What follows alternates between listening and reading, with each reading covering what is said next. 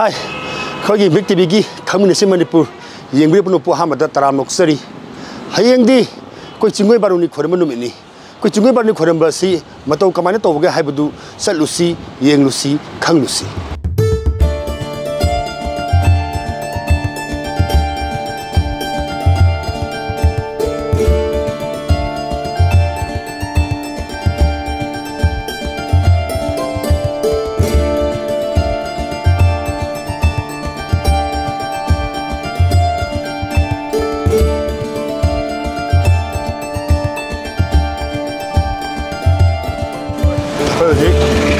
Kurai lembung bazar yau dah. Lembung bazar setegi sebenarnya ye lomba tiaga.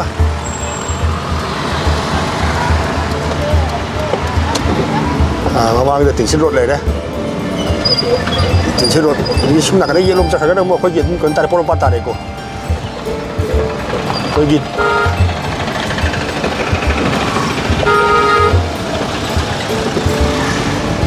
Kau ye tingsi road rasa macam mana kau ye. Metik juga mitologi kita, mitologi dah hai tarik ko. Masih dah, kau kah mana tanah repot lagi, kau pantai bisna, kah masih kau hanggoi betagi, macam sit lega, siang lega pantai bi mana tak, kau pantai bisna kau nukoni tu mana tak, siang bagi, lembi ni ada, tin sila siang ni, tin sila tahu ini, hai ni, hancing dah.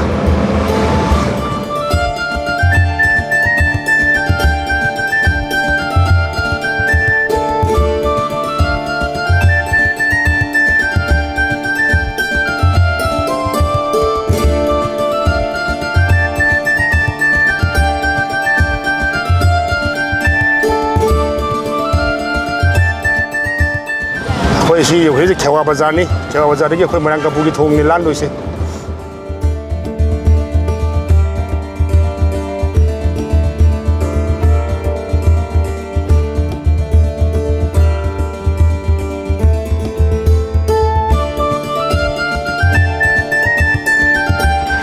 Kau dah satu kau mesti di udi ya, dah macam tu. Thalong kau sih.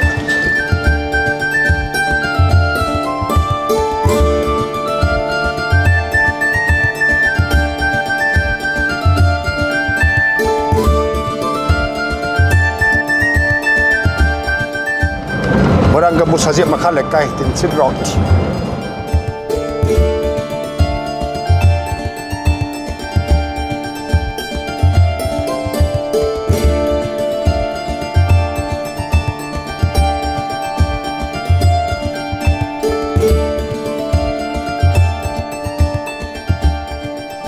Asigi sing ni se,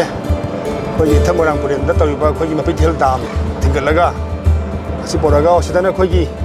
Halagi kalau dah lagi dah, di sini ni mumpam, arwah banyak tafam. Lega som nak kena mang tu di sini kau ini, sini water supply ni. Sini orang boleh dah lagi dah, kau ini mapi tel dam tu tinggal lega anda. Artinya pora pesing ni, sedih sing poraga, sedih tamoga, sedih mutharak aga ifam long ni sing pina batau ni.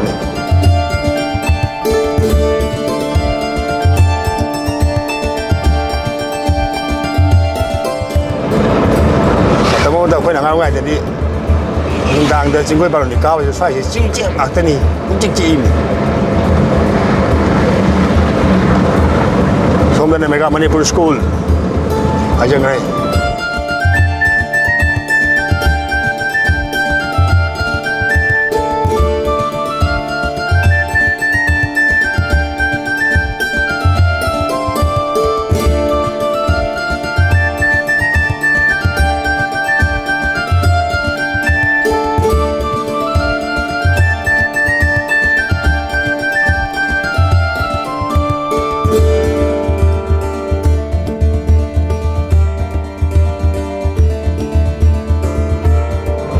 Sanjiman tu le, sanjiman thada le kau.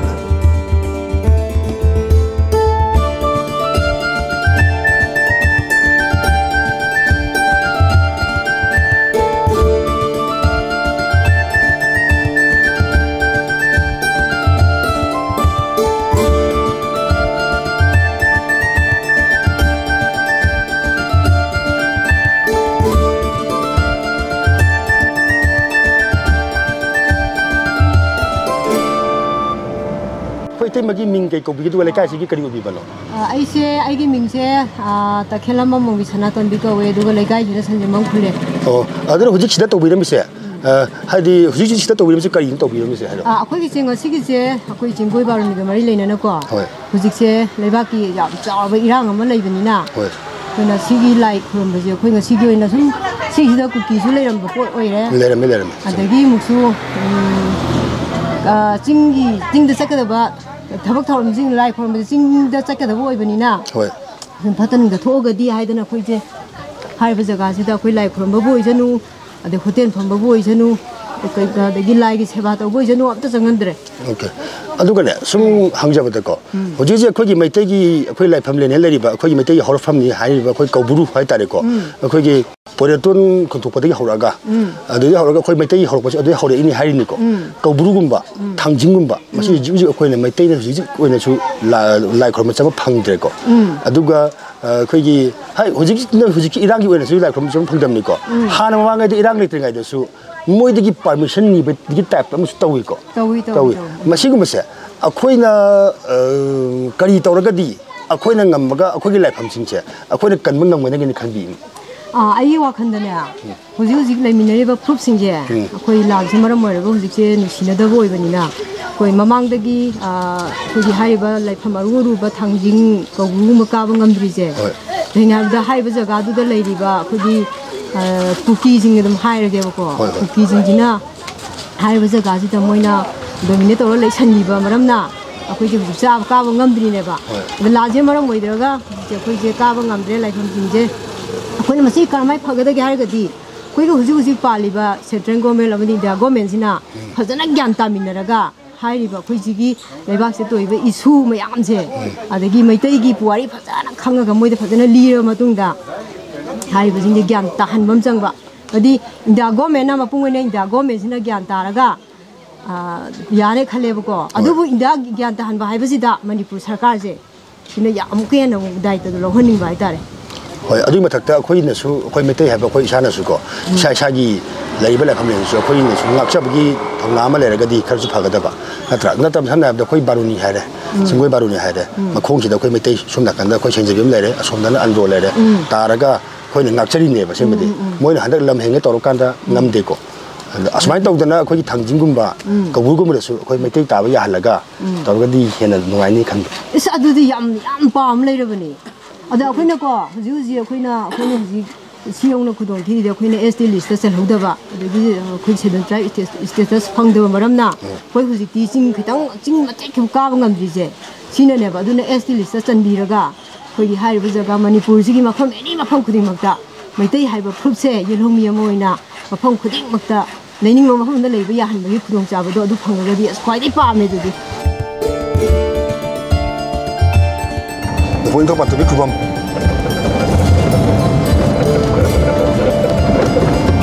ꯁꯣꯝꯗꯅ ꯀꯩꯅꯣꯒꯤ ꯒꯣꯕꯤꯟꯗꯒꯤ ꯍꯥꯏꯇꯥꯔꯦ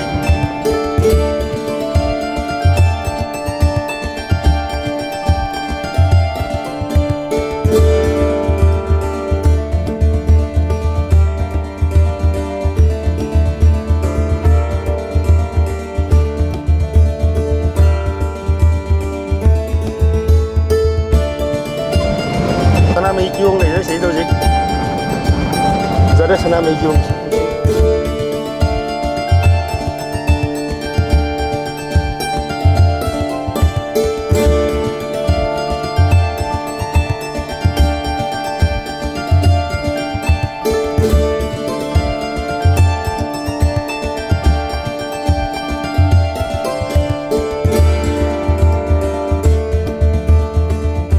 Ada gari se yam sagale ena kamai tayino na khangbi na mai temperature rate ta full le me aduna nga khama ga pothara ga ko je gari se hangdo ma so thara ga pen humali pen kan humi gari se makhon tarang ani ji na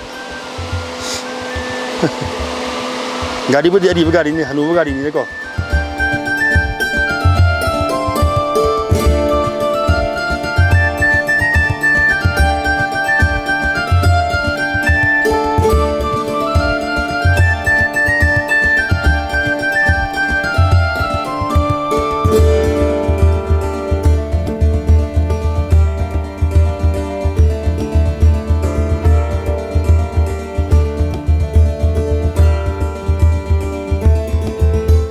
ꯍꯧꯖꯤꯛ ꯑꯩꯈꯣꯏ ꯃꯈꯥꯗ ꯂꯥꯏꯐꯝ ꯂꯩꯍꯧꯔꯦ ꯍꯧꯖꯤꯛ ꯑꯩꯈꯣꯏ ꯈꯂꯣꯡꯃꯨꯛ ꯌꯧꯔꯦ ꯈꯂꯣꯡ ꯆꯪꯁꯤꯟꯁꯦ ꯈꯂꯣꯡꯒ ꯂꯥꯏꯁꯪ ꯂꯩꯔꯦ ꯅꯣꯡꯃꯥꯏ ꯀꯩꯅꯧ ꯆꯤꯡꯁꯣꯝꯕ ꯈꯂꯣꯡ ꯂꯥꯏꯐꯝ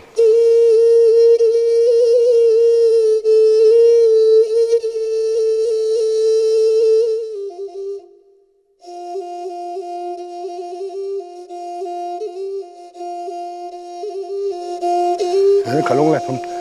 lere juga sim khasi di khoi gi Imphal Valley ni khoi gi lechil lo phai thang man pak u phang dra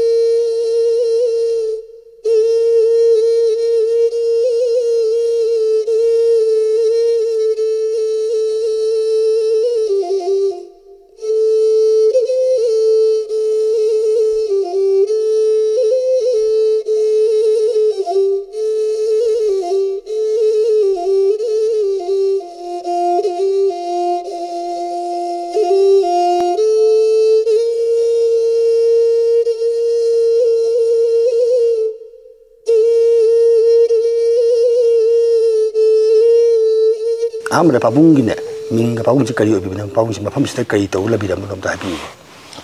ai gi iming sagol sem Chandra Maite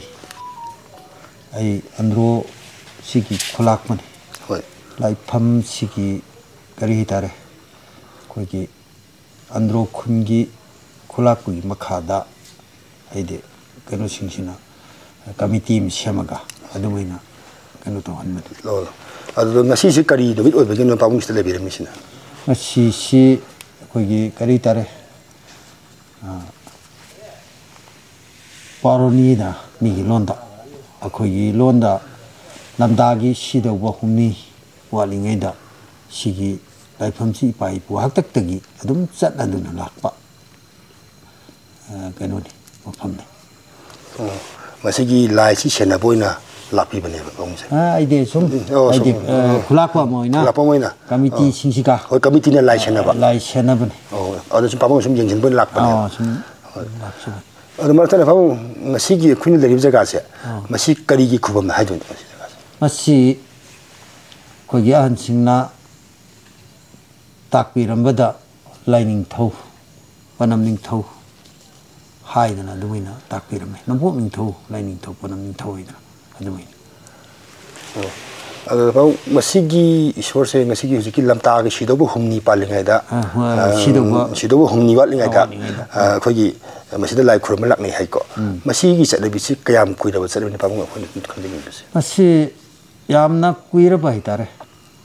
akhoi maitele pakta isingna thumna leiba matam saisi khundaramba matam haide koi kanglada koi nongdalaren pakhang yalhana tabadagi mamangdagi saisi chingda khundarga sum lakpa adugumba penoni group amane 거기 시 자가시다 하이다리고 홈시다 거기 라이팜스 그야무 뿐는 마시 시다 라닝 털레레 마카시다 라이맹기 레레 되게 마카시다 프리 라이마 루자위드 레레 홈초레 되게 섬다 모이 미론다 손다 베이다레 아코 이론다 공부레 남문비 농부레 시비 해라 주미나 안징나 주미 딱 비름이 말이 아디기 너마이 까이누 시 숑바 하이버시가 아디기 뿌리롬 버싱데 그가이디데 코나 아코지 칸악드레 아디디 안징나데 뿌리롬 버싱티 에더시기 해 시데 하기 카라가 아다이드다 뿌리롬 버싱티 kindiaidra duina hanjina duina di kino haibirami hojiki mama gidan nomai kanu hauju segi akoi khalong le riba jaga si oidoi bra mane khalong de le nomai kainu sing som bra masigi license gi ne mkhoi gi si masi si kari kari oiba line no happen tang sadon habi ya kan maside asigi ma higre ko imale men higre puri le malu jabu gi higre adigi kungpure na mui numpure asibi higre adi nomai kainu si somba haiba pot side 거기 그리다래 혹시 가이나 해리바 아시게 스마리 해페 레이나바 안징가 좀 딱비라미 하이데 노마이징데기 가이나라가 가이나다 태봉이나 혹기부기 와리 싱시숨 안징나 아드미나 리비라 하네 교는디 매암 락비라 논 하이레고 마시 까리 바람기 마시 라이파키 이랑 해다래 메텔레파키 마유 한진다바 미리싱니 부양 양케 hum푸마 레레 아디기 시군바 이랑 바랑 도부시다 하이데 시기 라이기 오이바 마밍 각당 떡더바 야다바 레이브네나 아두 각기 아두미는 다우르세이드라 코나 가바라 나타가리다 코나 시카자리 이베 포시쇼 레이브 라이카 미티 매암 앙앙싱 레리시쇼 거기 베노나테 좀 각기 마밍 각두 다우르세고 하이데 라이기 라만도다나바 adu kumba adu maitai ge ba lai family sing hai tariko sing da le pa lai family koi thangjing idho thangjing ipugi adagi kobrugi adagi koi ki kongmaru lei ko mayam lei ko asida koi kobru haire koi poratun khotopungi matam da hawra kanda koi maitai sing hawra family so hai kyam sum lam adun makhalamni aduga kobru hai ba lai family da koi ji maitai sing ji ka ba ngamdra satpangam lai hari sagi lai khur mangamdre sagi lai se adagi thangjing satpangamdra adai kongmaru sisu anda tuga yibani satpangam ninga moi khangponte moi di khoi bide adu sima sigi mafam sidadi khoi sing oda so khoi lai khur lapangam jari ba isori saba ngamjari ma lapudi masi kali ni khanji masi ai wakhalonda kari tare khoi leibiriba asomdana andro leira awangdana 농담 옥수레라 아디 농축다나 아이데 거기 거리 다리 밑에 있는 군다바 산진범 딱현 레이버싱이 고이 고실을 레이바 자가소 오이바 아디기 양남마루 오이바 거리 다리 징식이 느밋하게 북곡받고 오이바 농기마 마이빵나 왕의 노마징 하이번나 징바 제연다랬기 분목 징식이 시엠바 아두메나 아이데 그너드기 거부르드기 노마징데 라키버기 와리쇼 아이마테 기타 합진적이 허요 하비는 노마징드기 거부르드기 농방나들 라얌지나 마시 영우르세 아이데 라코 마탐다 징시 까칼포 마탐다 그리다레 아두데 똥이바 히두데 뽕니고 거기 뽕해리바 안강싱나 이싱얌 짜글라 푸나가 사바 우자와 자우싱이나 사바 아두 마이나 다르가 마포 마세시로 이나바 거부르데기 라아가 거기 와카리바 시다 라이르게 마시드 징워르메나 마시데 아두데 그 까칼가 예마세 해르게데 까칼가 예마 마tum다 마시데 군다라세 해버기 봇 라이비디 아시가 라이팜지기 사고 나르까더니 어디는 누미타기 마싱가가 하리바 노마이징 니타우가바 라이팍복바 니타우가바나 아이데 닝부기 까칼라세부기 아디 노마이징나 누미타기 푸곡바고 어르가 라이팍복바 이리시나 아이데 임자나블 라이팍도부터 아두다 humnide subanga onya sayol lerega gaida mate seide yangwa lebni madu gi posak hindu so leiba adi yumjaga sa yum sabagolakwa adi gi sakon chen sakon ꯐꯪꯗꯕ ꯑꯗꯒꯤ ꯏꯔꯥꯏ E ꯐꯥꯟꯕ ꯊꯥꯡ ꯁꯥꯕꯩꯗ ꯁꯨꯃꯥꯏꯅ ꯑꯍꯜ ꯂꯃꯟꯁꯤꯡꯅꯗꯤ ꯁꯨꯃꯥꯏꯅ ꯇꯝꯕꯤ ꯇꯥꯛꯄꯤꯔꯩ ꯑꯗꯨꯕꯨ ꯑꯩꯈꯣꯏꯒꯤ ꯁꯤꯗꯒꯤ ꯂꯧꯊꯣꯛꯑꯒ ꯊꯣꯟꯈꯤꯕ꯭ꯔꯥ ꯑꯗꯒꯤ ꯃꯣꯏꯗꯒꯤ ꯑꯩꯈꯣꯏꯅ ꯂꯧꯁꯤꯜꯂꯨꯔꯤꯕ꯭ꯔꯥ ꯍꯥꯏꯕꯗꯤ ꯁꯟꯗꯦ ꯑꯗꯨꯝ ꯍꯩ ꯃꯣꯏꯁꯨ ꯑꯗꯩ ꯑꯩꯈꯣꯏꯒꯤꯅ ꯅꯣꯡꯃꯥꯏꯖꯤꯡ ꯑꯗꯨꯝ ꯍꯩ ꯑꯗꯩ ꯑꯁꯤ ꯃꯔꯛꯁꯤꯗ ꯈꯔ ꯆꯌꯦꯠ ꯈꯣꯏꯌꯦꯠꯅꯕꯗꯨꯗꯤ ꯌꯥꯝ ꯀꯨꯞꯅ ꯅꯩꯅꯔꯒ ꯃꯩꯇꯩ ꯂꯩꯕꯥꯛꯅ ꯅꯩꯅꯔꯒ ꯑꯗꯨꯒꯤ ꯄꯣꯠꯁꯛꯇꯨꯗꯤ ꯐꯪꯒꯗ꯭ꯔꯥ ꯍꯥꯏꯗꯨꯗꯤ ꯈꯜꯂꯦ ꯍꯧꯖꯤꯛ ꯑꯟꯗ꯭ꯔꯣꯒꯤ ꯂꯣꯏꯁꯪꯗ ꯂꯩꯔꯤꯕ ꯐꯝ 8 ꯁꯪ 8 ꯀꯣ ꯆꯌꯣꯜ 8 ꯂꯥꯏꯐꯝ 8 ꯅꯦꯕ ꯑꯟꯗ꯭ꯔꯣꯗ ꯂꯩꯔꯤꯕ ꯄꯣꯠꯁꯤ ꯃꯥꯅꯤ ꯑꯗꯨꯒꯗꯤ ꯑꯟꯗ꯭ꯔꯣꯗ ꯂꯩꯔꯤꯕꯁꯤꯡꯁꯤ ꯅꯣꯡꯃꯥꯏꯖꯤꯡꯗꯒꯤ ꯁꯨꯝ ꯃꯇꯝꯒꯤ ꯃꯇꯨꯡ ꯏꯟꯅ ꯈꯣꯡꯂꯩꯒꯤ ꯃꯇꯨꯡ ꯏꯟꯅ ꯁꯨꯝ ꯀꯨꯝꯊꯔꯒ ꯈꯨꯟꯗꯥꯕꯒꯨꯝꯕ ꯑꯣꯏꯈꯤꯕ꯭ꯔꯥ ꯍꯥꯏꯕꯁꯤꯁꯨ ꯅꯩꯅꯕ ꯃꯊꯧ ꯇꯥꯕ꯭ꯔꯥ ꯍꯥꯏꯕꯒꯤ ꯄꯣꯠ ꯑꯩꯈꯣꯏꯅ ꯈꯟꯖꯕ ꯍꯥꯏꯗꯤ ꯏꯁꯤꯡ ꯂꯩꯔꯤꯉꯩ ꯃꯇꯝꯗ ꯇꯝꯄꯥꯛꯇ ꯈꯨꯟꯗꯥꯔꯝꯕ ꯅꯠꯇꯦ ꯏꯁꯤꯡꯗꯨ ꯀꯪꯈ꯭ꯔꯕ ꯃꯇꯨꯡꯗ ꯇꯝꯄꯥꯛꯇ ꯀꯨꯝꯊꯔꯛꯈꯤꯕꯅꯤ ꯁꯨꯕ ꯅꯣꯝꯕ ꯃꯥꯒꯤ ꯀꯩꯅꯣꯁꯤꯡꯗꯨ ꯑꯗꯨꯅ ꯑꯩꯈꯣꯏꯅ ꯍꯥꯏꯖꯅꯤꯡꯕꯗꯤ ꯍꯥꯏꯗꯤ ꯍꯧꯖꯤꯛ ꯑꯩꯈꯣꯏꯅ ꯐꯝꯃꯤꯕ ꯃꯐꯝꯁꯤ ꯅꯣꯡꯄꯣꯛ ꯅꯤꯡꯊꯧ ꯂꯥꯏꯅꯤꯡꯊꯧ ꯑꯣꯏꯔꯤꯕ ꯃꯐꯝ ꯑꯁꯤꯅꯤ ꯑꯗꯨꯕꯨ ꯃꯇꯝꯒꯤ ꯈꯣꯡꯂꯩꯒꯤ ꯃꯇꯨꯡ ꯏꯟꯅ ꯑꯟꯗ꯭ꯔꯣꯔꯣꯝꯗꯒꯤ ꯂꯝꯕꯤ ꯑꯃꯇꯪ ꯁꯦꯝꯕꯤꯔꯒ ꯒꯃꯦꯟꯅ ꯃꯁꯤꯒꯤ ꯄꯣꯠꯁꯤ ꯍꯥꯏꯗꯤ ꯑꯟꯗ꯭ꯔꯣꯔꯣꯝ ꯊꯪꯕ ꯖꯒꯥꯗꯤ ꯎꯁꯤ ꯑꯆꯧ ꯍꯧꯏ ꯁꯣꯝ ꯊꯪꯕ ꯖꯒꯥꯁꯤ ꯍꯧꯗ꯭ꯔꯤꯁꯤ ꯀꯔꯤꯒꯤꯅꯣ ꯍꯥꯏꯔꯒ ꯃꯁꯤꯁꯨ ꯅꯩꯅꯕ ꯃꯊꯧ ꯇꯥꯏꯌꯦꯕ ꯑꯗꯨꯅ 1966ꯇ ꯏꯟꯗꯤꯌꯥꯟ ꯐꯣꯔꯦꯁ ꯑꯦꯛꯅ ꯑꯟꯗ꯭ꯔꯣꯒꯤ ꯖꯒꯥꯁꯤ ꯔꯤꯖꯥꯔꯚ ꯐꯣꯔꯦꯁꯅꯦ ꯂꯥꯎꯊꯣꯛꯄꯤꯔꯝꯃꯤ ꯑꯗꯩ ꯃꯇꯝꯗꯨꯒꯤ ꯈꯨꯂꯥꯛꯄ ꯁꯔꯨꯕꯝ ꯆꯟꯗ꯭ꯔ ꯁꯥꯝꯅ ꯑꯩꯈꯣꯏꯗꯤ ꯃꯩ ꯅꯤꯡꯕ ꯃꯩ ꯃꯨꯠꯍꯟꯗꯅ ꯊꯝꯕ ꯑꯗꯨꯒꯨꯝꯕ ꯈꯨꯡꯒꯪꯅꯦ ꯍꯥꯏꯗꯅ ꯃꯥꯅ ꯑꯣꯕꯖꯦꯛꯁꯟ ꯇꯧꯋꯦ ꯇꯥꯛ ꯅꯝꯕꯔ 46 ꯇꯥꯛ ꯅꯝꯕर 62 ꯍꯥꯏꯔꯤꯕ ꯖꯒꯥꯁꯤꯗꯤ ꯄꯥꯝꯂꯧ ꯇꯧꯕ ꯌꯥꯔꯣꯏ ꯅꯣꯏꯒꯤ ꯀꯩꯅꯣꯁꯤꯡꯗꯨꯗꯤ ꯍꯥꯏꯗꯤ ꯂꯥꯏꯒꯤꯗꯃꯛꯇꯗꯨꯗꯤ ꯌꯥꯟꯕ ꯌꯥꯒꯅꯤ ꯍꯥꯏꯕꯒꯤ ꯑꯟꯗ꯭ꯔꯣꯗꯤ ꯄꯥꯝ ꯇꯧꯗꯦ ꯃꯁꯤꯐꯥꯎ ꯃꯅꯨꯡꯗ ꯍꯥꯏꯗꯤ ꯀꯨꯀꯤ ꯑꯣꯏꯔꯝꯃꯗꯤ ꯃꯣꯏꯕꯨ ꯁꯨꯝꯅꯒ ꯅꯠꯇꯦꯀꯣ ꯍꯥꯏꯗꯤ ꯁꯨꯝ ꯁꯥꯕꯅꯦ ꯍꯥꯏꯗꯤ ꯑꯣꯏꯔꯝꯃꯗꯤ ꯑꯩꯈꯣই ꯁꯣꯝꯊꯪꯗ ꯎꯖꯥꯎ ꯋꯥꯆꯥꯎ ꯍꯧꯔꯤꯁꯤ ꯍꯧꯔꯔꯣꯏꯕ ꯍꯥꯏꯗꯤ ꯇꯨꯝꯅ ꯃꯥꯡꯈꯤꯕ ꯌꯥꯏꯕ ꯑꯗꯨꯅ ꯑꯩꯈꯣꯏꯒꯤ ꯁꯤꯒꯤꯗꯤ ꯄꯥꯝꯗꯦ ꯇꯧꯗꯦ ꯑꯗꯨꯒ ꯂꯥꯏꯒꯤꯗꯃꯛꯇ ꯂꯥꯏꯒꯤ ꯖꯒꯥꯗ ꯁ꯭ꯋꯥꯏꯁꯤꯗ ꯂꯝꯈꯩ ꯑꯃꯈꯛ ꯄꯤꯔꯝꯃꯤ ꯍꯧꯖꯤꯛ ꯑꯩꯈꯣꯏꯅ ꯑꯥꯗ ꯀꯔꯤ ꯍꯥꯏꯗ ꯄꯤꯔꯝꯃꯦ ꯍꯥꯏꯔꯒ ꯈꯥꯗ ꯆꯤꯡꯈꯝ ꯆꯥꯛꯄꯣꯛ ꯅꯣꯡꯄꯣꯛꯇ ꯏꯔꯤꯟ ꯊꯧꯕꯥꯜ ꯇꯨꯔꯦꯟ ꯅꯣꯡꯆꯨꯞꯇ ꯏꯔꯤꯟ ꯇꯨꯔꯦꯟ ꯑꯋꯥꯡꯗ ꯑꯣꯛꯁꯨ ꯂꯝꯍꯜ ꯍꯥꯏꯔꯤꯕ ꯖꯒꯥꯁꯤꯗꯤ ꯂꯧꯅꯨꯡ ꯁꯪꯀꯣꯛ ꯆꯪꯐꯠꯇꯦ ꯄꯇꯥ ꯇꯥꯔꯇꯥ ꯐꯠꯇꯦ ꯇꯨ ꯈꯣꯡ ꯅꯤꯂꯥꯝ ꯂꯧꯈꯠꯇꯦ ꯂꯥꯏꯟꯗꯧ ꯆꯤꯈꯣꯡꯕꯩ ꯋꯥꯐꯝꯅꯦ ꯍꯥꯏꯗ꯭ꯔꯥ ꯁꯨꯃꯥꯏꯅ ꯄꯤꯔꯝꯕꯁꯨ ꯍꯨꯏꯁꯣꯛ ꯅꯨꯡꯄꯥꯛꯇ ꯏꯔꯒ ꯂꯩ ꯏꯔꯝꯃꯤꯕ ꯄꯣꯠꯁꯛꯁꯤꯡꯁꯤ ꯑꯩꯅꯁꯨ ꯍꯧꯈꯤꯕ ꯃꯦꯔꯥ ꯍꯧꯆꯣꯡꯕꯗ ꯑꯩꯈꯣꯏꯒꯤ ꯏꯅꯤꯡꯊꯧ ꯂꯩꯁꯦꯝꯕ ꯁꯅꯥꯖꯥꯎꯕ ꯔꯥꯖ꯭ꯌ ꯁꯚꯥꯒꯤ MP ꯃꯉꯣꯟꯗꯁꯨ ꯑꯩꯅ ꯀꯔꯤꯅꯤ ꯑꯗꯨ ꯅꯝꯊꯣꯛꯄ ꯑꯍꯟꯁꯤꯡꯅꯗꯤ ꯇꯧꯍꯩꯗꯦ ꯍꯥꯏꯕꯒꯤ ꯄꯣꯠ ꯑꯃ ꯍꯦꯛ ꯊꯝꯃꯦ ꯑꯁ ꯃꯇꯝꯁꯤꯗꯗꯤ ꯃꯁꯤ ꯂꯣꯠꯇꯨꯅ ꯊꯝꯃꯨꯕ ꯃꯁꯤ ꯌꯥꯔꯔꯣꯏꯗꯩꯗ ꯑꯩꯅ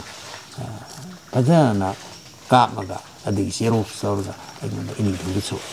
ꯀꯣꯄꯤ ꯑꯃ ꯑꯗꯨꯝ ꯄꯤꯖꯔꯝꯕꯅꯤ ꯍꯥꯏꯗꯤ ꯑꯩꯅ ꯀꯣꯄꯤ ꯑꯃ ꯄꯤꯖꯔꯤꯗꯨꯅ ꯃꯁꯤꯗꯤ ꯏꯄꯥ ꯏꯄꯨꯒꯤ ꯍꯧꯔꯛꯐꯝꯅꯦꯅ ꯑꯩꯅ ꯈꯟꯕꯤꯔꯒ ꯍꯥꯏꯗꯤ ꯃꯥꯒꯤ ꯀꯔꯤꯒꯨꯝꯕ MP ꯐꯟꯗꯒꯤ ꯀꯔꯤꯒꯨꯝꯕ ꯍꯥꯏꯔꯤꯕ ꯂꯩꯐꯝ ꯑꯁꯤꯗ ꯈꯔ ꯈꯤꯇꯪ ꯀꯩꯅꯣ ꯇꯧꯕꯤꯔꯛꯀꯗ꯭ꯔꯥ ꯍꯥꯏꯕꯒꯤ ꯑꯩ ꯃꯔꯤꯗꯤ ꯂꯩꯅꯔꯛꯀꯗꯧꯔꯤꯕ ꯉꯁꯥꯏꯒꯤ ꯑꯥꯗ ꯂꯩꯕ ꯅꯨꯡꯗꯨꯒ ꯁꯤꯒ ꯃꯔꯤ ꯑꯗꯨꯝ ꯂꯩꯅꯔꯛꯀꯗꯧꯕ ꯃꯔꯤ ꯂꯩꯅꯕ ꯄꯣꯠꯅꯦꯕ ꯃꯈꯥ ꯇꯥꯕ ꯄꯥꯕꯨꯡ ꯑꯩ ꯋꯥꯍꯪ ꯑꯃ ꯍꯪꯖꯒꯦ ꯄꯥꯕꯨꯡ ꯈꯨꯝꯕꯤꯔꯝꯗ꯭ꯔꯦ ꯑꯩꯈꯣꯏꯒꯤ ꯀꯔꯤꯒꯨꯝꯕꯅꯦ ꯑꯩꯈꯣꯏꯒꯤ ꯁꯤꯗꯗꯤ ꯑꯩꯈꯣꯏꯅ ꯂꯥꯏ ꯈꯨꯔꯨꯝꯕ ꯏꯁꯥꯒꯤ ꯂꯥꯏꯁꯦ ꯈꯨꯔꯨꯝꯕ ꯂꯥꯛꯄ ꯉꯝꯖꯔꯤꯀꯣ ꯑꯩꯈꯣꯏꯒꯤ ꯀꯩꯅꯣ ꯀꯧꯕ꯭ꯔꯨꯒꯨꯝꯕ ꯊꯥꯡꯖꯤꯡꯒꯨꯝꯕ ꯀꯩꯅꯣꯒꯨꯝꯕ ꯑꯇꯣꯞꯄ ꯆꯪꯅꯕ ꯖꯒꯥꯁꯦ ꯃꯁꯤ ꯃꯐꯝꯁꯤꯡꯁꯤꯗ ꯑꯩꯈꯣꯏꯅ ꯂꯥꯏ ꯈꯨꯔꯨꯝꯕ ꯏꯅꯤꯡꯇꯝꯅ ꯏꯁꯣꯔꯒꯤ ꯁꯦꯕꯥ ꯂꯥꯛꯆꯒꯦꯅ ꯈꯜꯂꯒꯗꯤ ꯀꯔꯤ ꯇꯧꯕ ꯃꯊꯧ ꯇꯥꯏꯅ ꯈꯟꯕꯤꯕ ꯃꯁꯤꯗꯤ ꯑꯩꯈꯣꯏꯒꯤꯁꯨ ꯑꯁꯣꯏꯕ ꯑꯃ ꯈꯤꯇꯪ ꯂꯩꯈ꯭ꯔꯦ ꯃꯃꯥꯡꯗ ꯑꯩꯈꯣꯏꯒꯤ ꯂꯥꯏꯕꯛꯀꯤ ꯃꯔꯨ ꯑꯃ ꯁꯤ ꯁꯤꯗꯥꯝ ꯕꯤꯟꯗꯥꯕꯣꯟ ꯒꯪꯒꯥ ꯇꯨꯔꯦꯟꯒꯨꯝꯕ ꯍꯦꯛ ꯊꯥꯗꯕꯒꯨꯝꯕ ꯏꯄꯥ ꯏꯄꯨꯅ ꯀꯧꯕ꯭ꯔꯨꯗꯒꯤ ꯍꯧꯔꯛꯑꯦ ꯍꯥꯏꯔꯒꯗꯤ ꯑꯗꯨꯒꯤ ꯃꯔꯨꯗꯨ ꯀꯧꯕ꯭ꯔꯨꯗ ꯆꯠꯂꯒ ꯊꯥꯗꯔꯝ ꯇꯥꯔꯒꯗꯤ ꯀꯧꯕ꯭ꯔꯨꯁꯤda ꯍꯥꯏꯗꯤ ꯃꯤ ꯀꯌꯥꯝꯅ ꯇꯥꯔꯝꯃꯦ ꯈꯨꯟ ꯀꯌꯥꯝꯅ ꯇꯥꯔꯝꯃꯦ ꯍꯥꯏꯕꯁꯤ ꯅꯣꯡꯃꯗ ꯆꯥꯝꯃꯉꯥ ꯂꯤꯁꯤꯡ ꯀꯥꯔꯒ ꯑꯗꯨꯒꯤ ꯄꯣꯠꯁꯤꯡꯗꯨ ꯊꯥꯗꯔꯝ ꯇꯥꯔꯒꯗꯤ ꯍꯥꯏꯗꯤ ꯌꯥꯝ ꯐꯖꯅ ꯀꯔꯤ ꯇꯥꯔꯦ ꯈꯪꯒꯅꯤꯕ ꯍꯧꯖꯤꯛ ꯑꯩꯈꯣꯏꯅ ꯑꯩꯈꯣꯏꯒꯤ 이빠 이쁘기 아우르 밤내대 하이가 밤내대 하이가 라와이네 하이는 꼭 아이지 시기 포식시데 거브루 하이버 포식시데기 라이버 보내버 아두 아시다데 이빠 이쁘기나 아시데기 하우르 에르게데 아다이두다 타다본 톡들네 아두가 사기 ngasiga thana sa hi sa hunga taramari manga haidare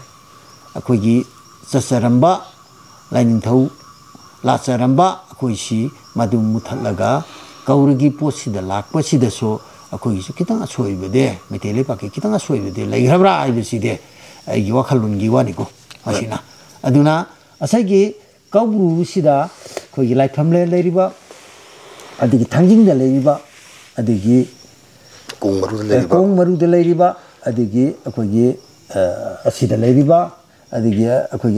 kanoda moreda kodolaren bi de leiriba asi singsi moina takhai ipo singsi karino arga akogi kari tare yelumi si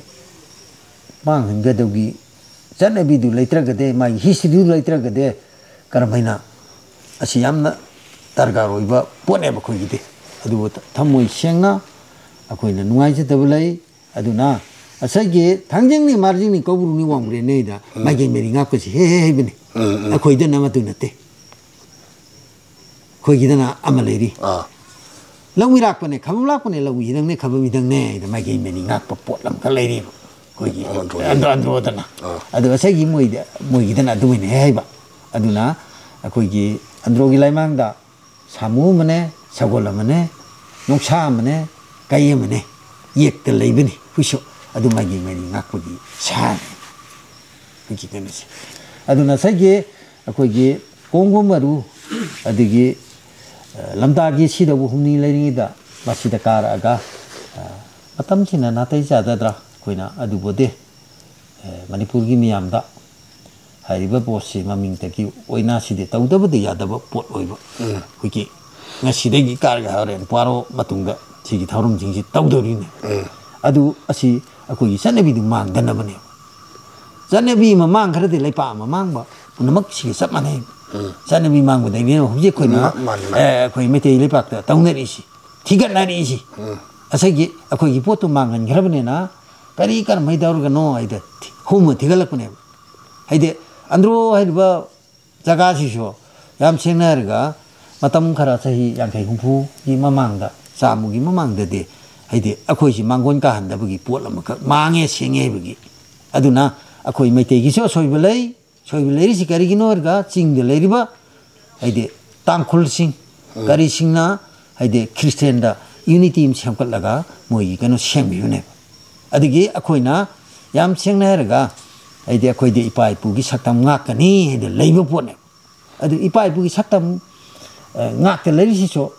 ching de so yam sengna ga christian si sei sama kun ku tha sa si de helam dong mandri Henry sa aide akoi gi hui chat libisi loi chat lame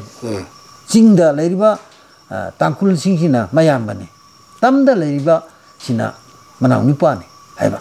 adu asagi aswaji gi karak aswaji da kari da soi ki hergede asing amang gi sida asabu pallam ta gidra hauji ki khaibung da bugi posa ama lai sine aide naga singso adigi kogi yam seng herga kuki singso aide leiriba kogi nuksi chana na leiriba posak singide akoi nuksi chana na leiba phai hebigi posi andro khulak bugi magi dige haijning adu tabudadi aide aingi lana aina ngasi brahmada natragana bangladesh da saru matamda ai pharakani soidana aide magi lamdugi mapuna te elomina te da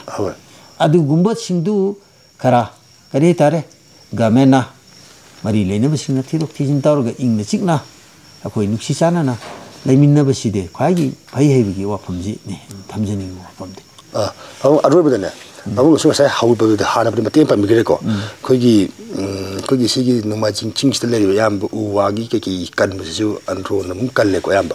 ado andro na sita lak pa hai se labi thong si kitang phattari nungai ram labi thong si labi si mama akoi gi haugi ba mama wai de ai gypsy da lak pa de yaw khare 2023 dra kogi jungi 15 la kogi Manipur ki chief minister foreign environment chief minister ꯑꯗꯒꯤ ꯑꯩꯈꯣꯏꯒꯤ ꯀꯦꯟꯗ꯭ꯔꯒꯤ honourable MLA ꯑꯗꯩ ꯔꯥꯖ꯭ꯌ ꯁꯚꯥꯒꯤ MP ꯃꯣꯏ ꯑꯗꯒꯤ ꯃꯣꯏ ꯀꯩꯅꯣ MLAꯁꯤꯡ ꯃꯟꯇ꯭ꯔꯤꯁꯤꯡ ꯐꯅꯌꯥꯝ ꯌꯥꯎꯗꯅ ꯑꯗꯨꯗ ꯍꯥꯏꯐꯦꯠ ꯑꯩꯅꯁꯨ ꯍꯥꯏꯖꯔꯦ ꯁꯤꯒꯤ ꯂꯝꯕꯤꯁꯤꯗꯤ ꯑꯩꯈꯣꯏꯒꯤ ꯁꯤꯗꯒꯤ ꯆꯠꯂꯒꯗꯤ ꯑꯩꯈꯣꯏ ꯂꯝꯕꯤ ꯑꯁꯣꯝ ꯊꯪꯕꯗ ꯂꯩꯔꯤꯕ ꯁꯤꯡꯁꯤ ꯑꯩꯈꯣꯏꯗ ꯁꯦꯟꯅꯍꯟꯅꯤꯡꯕꯒꯤ ꯑꯩꯈꯣꯏꯒꯤ ꯁꯣꯝ ꯊꯪꯕ ꯂꯩꯗꯕꯁꯤ ꯎꯕꯗ ꯁꯦꯟꯅꯍꯟꯅꯤꯡꯕꯒꯤ ꯄꯣꯠ ꯑꯃ ꯍꯥꯏꯐꯦꯠ ꯑꯗꯨꯝ ꯀꯩꯅꯣ ꯊꯝꯕꯤꯔꯝꯃꯦ ꯋꯥꯐꯝꯁꯤ ꯑꯗꯒꯤ ꯑꯩꯈꯣꯏꯒꯤ ꯑꯣꯅꯔꯦꯕꯜ ꯆꯤꯐ ꯃꯤꯅꯤꯁꯇꯔꯅꯁꯨ ꯁꯤꯗ ꯃꯥꯏꯖꯧ ꯇꯔꯦꯠꯀꯤ ꯑꯃ ꯈꯤꯟꯒꯅꯤ ꯍꯥꯏꯕꯒꯤ ꯄꯣꯠ ꯑꯃꯁꯨ ꯍꯥꯏꯐꯦꯠ ꯊꯝꯕꯤꯔꯝꯃꯦ ꯑꯗꯨꯕꯨ ꯍꯧꯖꯤꯛꯀꯤ ꯃꯅꯤꯄꯨꯔꯒꯤ ꯏꯔꯥꯡꯁꯤꯅ ꯀꯔꯤ ꯑꯣꯏꯔꯝꯕ ꯌꯥꯔꯦ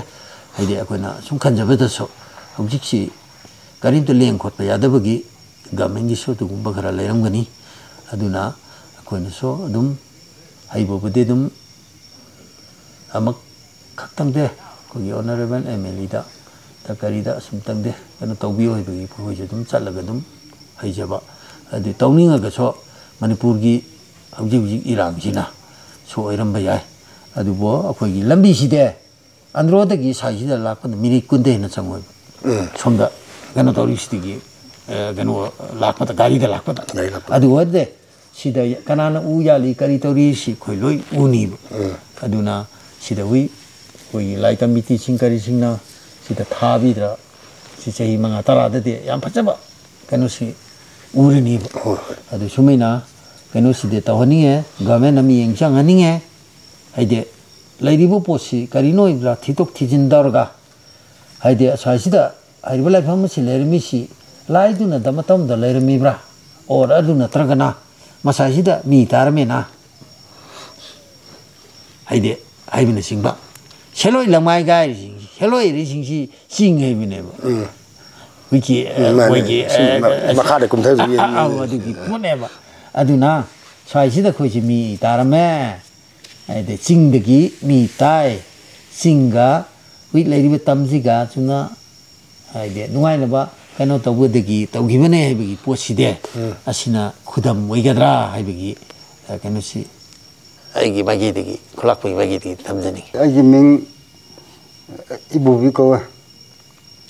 ꯑꯗꯒꯤ ꯀꯩꯅꯣꯅ ꯈꯨꯅꯨꯡꯃꯌꯨꯝ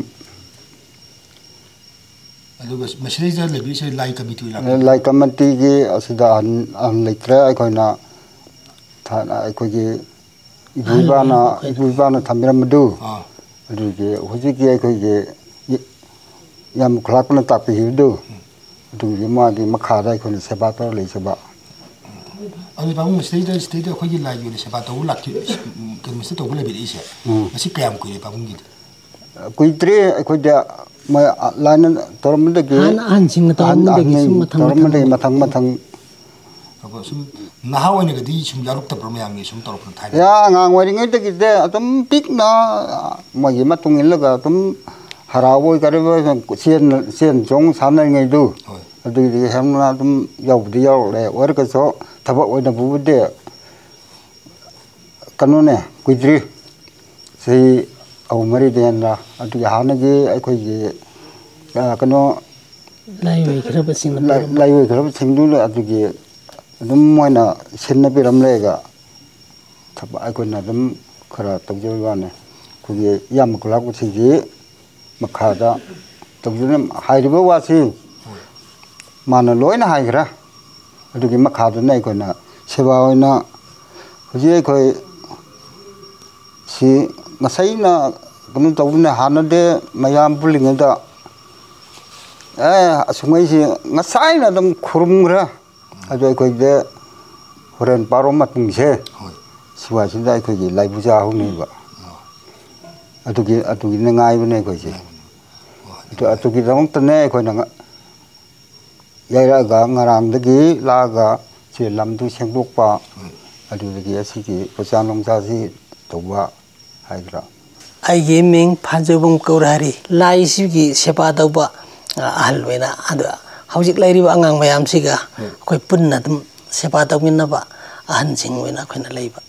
ꯑꯗꯣ ꯄꯥꯕꯨꯡ ꯅꯍꯥꯟꯉꯩ ꯃꯇꯝꯗꯗꯤ ꯑꯗꯨꯝ ꯃꯤꯁꯦ ꯑꯗꯨꯝ ꯅꯣꯡꯃꯩꯗ ꯑꯗꯨꯝ ꯀꯥꯟꯅꯔꯛꯏꯀꯣ ꯍꯟꯗꯛꯇꯤ ꯂꯩꯕꯥꯛꯀꯤ ꯑꯊꯤꯡꯕ ꯍꯥꯏꯗꯤ ꯂꯩꯕꯥꯛꯀꯤ ꯑꯊꯤꯡꯕ ꯍꯟꯗꯛꯀꯤ ꯂꯩꯕꯥꯛ ꯏꯔꯥꯡꯁꯤꯅ ꯑꯣꯏꯗꯅ ꯄꯥꯕꯨꯡ ꯍꯣꯏꯅꯁꯨ ꯑꯗꯨꯝ ꯂꯥꯛꯄꯤꯔꯅꯣꯅꯁꯨ ꯍꯥꯏꯔꯤꯀꯣ ꯃꯁꯤꯗꯤ ꯅꯨꯡꯉꯥꯏꯇꯕꯗꯤ ꯐꯥꯎꯕꯤꯕ꯭ꯔꯥ ꯍꯥꯏꯗꯤ ꯍꯧꯖꯤꯛ ꯏꯔꯥꯡ ꯂꯩꯔꯤꯁꯤꯅ ꯃꯔꯝ ꯑꯣꯏꯔꯒ ꯍꯣꯏ ꯏꯔꯥꯡ ꯂꯩ ꯍꯥꯏꯔꯕꯅꯤꯅ ꯅꯨꯡꯉꯥꯏꯕꯗꯤ ꯂꯩꯇ꯭ꯔꯦ ꯅꯨꯡꯉꯥꯏꯇ꯭ꯔꯦ ꯑꯗꯨꯕꯨ ꯂꯩꯕꯥꯛꯀꯤ ꯑꯆꯧꯕ ꯑꯁꯨꯝꯕ ꯈꯣꯠꯅ ꯑꯃ ꯂꯩꯕꯅꯤꯅ ꯑꯁꯨꯝꯕ ꯁꯤꯒꯤꯗꯃꯛꯇ ꯑꯩꯈꯣꯏꯅ ꯑꯍꯤꯡ ꯀꯩꯅꯣꯁꯤ ꯀꯥꯕꯤꯔꯛꯑꯅꯣ ꯀꯨꯝꯁꯤꯒꯤꯗꯤ ꯂꯥꯏꯒꯤ ꯊꯧꯔꯝꯁꯤꯗꯪ ꯂꯥꯏ ꯀꯃꯤꯇꯤꯁꯤꯅ ꯄꯥꯡꯊꯣꯛꯑꯒꯦꯅ ꯑꯗꯨꯃꯥꯏꯅ ꯍꯥꯏꯖꯕꯅꯤ ꯑꯗꯣ ꯄꯥꯕꯨꯡ ꯃꯈꯥ ꯇꯥꯅꯅꯦ ꯅꯍꯥꯟꯋꯥꯏ ꯑꯩꯈꯣꯏꯅ ꯑꯉꯥꯡ ꯑꯣꯏꯔꯤꯉꯩꯗ ꯂꯥꯛꯄꯗꯗꯤ ꯃꯁꯤꯒꯤ ꯖꯒꯥꯁꯤ ꯄꯧ ꯅꯝꯗꯅ ꯃꯤ ꯌꯥꯝ ꯌꯥꯝꯃꯝꯃꯤꯀꯣ ꯌꯥꯝꯃꯝꯃꯤ ꯑꯗꯣ ꯍꯧꯖꯤꯛꯇꯤ ꯃꯤ ꯍꯟꯊꯔꯛꯏꯁꯦ ꯃꯁꯤ ꯃꯤꯁꯤ ꯁꯨꯝ ꯑꯩꯈꯣꯏꯒꯤ ꯏꯁꯣꯔꯁꯤ ꯈꯣꯏꯔꯝꯕ ꯋꯥꯠꯂꯛꯄꯩꯔꯥ ꯀꯩꯅꯤ ꯈꯟꯕꯤꯕ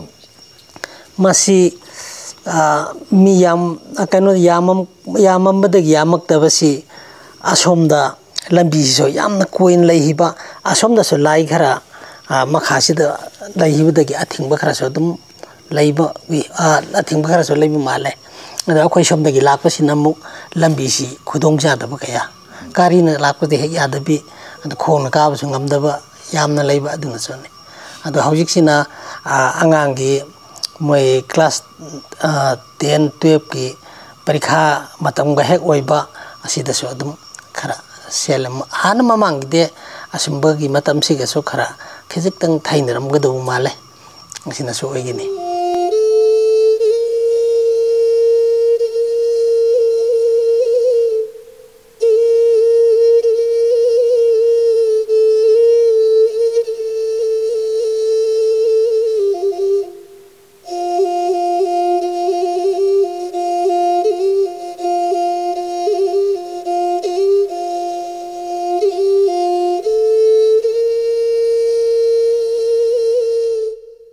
ꯃꯁꯤꯒꯤ ꯂꯥꯏꯐꯝ ꯑꯁꯤ ꯑꯩꯈꯣꯏꯒꯤ ꯍꯤꯟꯗꯨ ꯂꯥꯏꯅꯤꯡ ꯆꯠꯄ ꯃꯤꯇꯩꯁꯤꯡꯅꯁꯨ ꯃꯍꯥꯗꯦꯕꯒꯤ ꯈꯨꯕꯝꯅꯤ ꯍꯥꯏꯅ ꯈꯣꯏꯔꯝꯕ ꯂꯥꯛꯄ ꯃꯐꯝ ꯑꯃꯅꯤ